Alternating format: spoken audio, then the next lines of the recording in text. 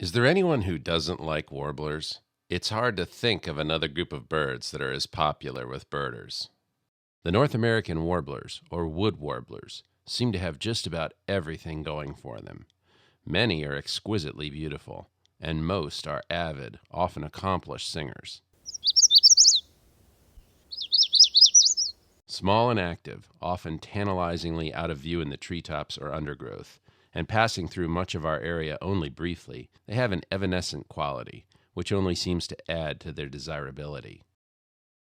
By any reasonable objective standard, except perhaps migratory ability, a blue jay is a much more spectacular bird than a Tennessee warbler. But tell a group of birders that there is a blue jay to their left and a Tennessee warbler to their right, and watch which way they turn.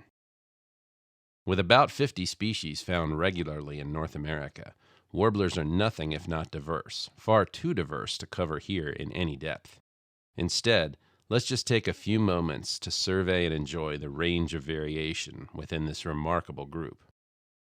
Warblers range in size from the diminutive Lucy's warbler to the comparatively hulking yellow-breasted chat, but this is really just another way of saying all warblers are small. You'd still need 3 chats to equal the weight of one American robin. If there is such a thing as a typical warbler, it's probably the yellow warbler. Its brilliant yellow color and cheerful song seem to typify its clan.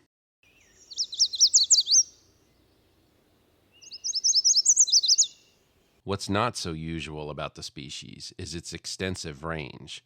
From Newfoundland to Nevada and Alaska to Arizona, yellow warblers are nearly everywhere. Another frequently seen warbler is the yellow-rumped warbler. It's the only warbler seen in winter over much of the United States. Most warblers, subsisting only on warm weather foods like insects and nectar, must withdraw to the tropics for our colder months. But yellow-rumped warblers have adapted to eating fruit, often including the berries of poison ivy, a dietary accommodation that spares them hundreds or thousands of miles of hazardous migration. There are 2 very distinctive populations of yellow-rumped warblers, the eastern, or myrtle form, which has a white throat, and the western, or Audubon's form, whose throat is yellow. Scientific opinion has varied over the years as to whether these 2 are well-differentiated races of a single species or 2 separate species, albeit closely related ones. Common yellowthroat is another widely distributed familiar warbler. Adult males have an unmistakable black mask and a familiar chanting song.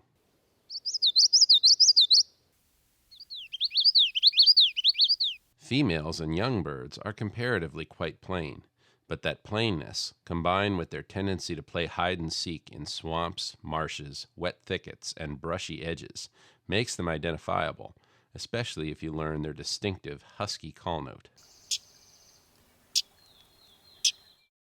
Many warbler species exhibit this age and sex variation. Adult females, and young birds of both sexes, generally have patterns that are less distinctive than those of adult males. During fall migration, when newly fledged birds outnumber their parents, finding an adult male can be a trick, thus the oft-heard phrase, confusing fall warblers. But don't let that epithet scare you too much. Most warblers look enough like their fathers to be worked out, given a decent view. Let's take a quick trip around the continent, looking at just a few of the warblers we might find breeding in different habitats. In the bayous and adjacent bottomland forests of northern Louisiana, you might see not only the Louisiana water thrush, but also prothonotary, hooded, and yellow-throated warblers. In the forests and thickets of West Virginia, you could find golden-winged, blue-winged, chestnut-sided, and cerulean warblers. In the boreal forests of Manitoba, a good morning's birding might net you Wilson's, Blackburnian, Cape May, and bay-breasted warblers. A hike up a mountain in western Oregon could lead you through the habitats of black-throated gray, McGillivrays, hermit, and Townsend's warblers. And in the mountains of southeast Arizona or southwestern New Mexico, you might encounter painted redstart, as well as Virginia's, red-faced, and Grace's warblers. All this, and we're only skimming the surface. Get serious about warbler watching, and you'll likely find yourself traveling all over the continent. Without doubt, the wood warblers are one of the great pleasures of birding.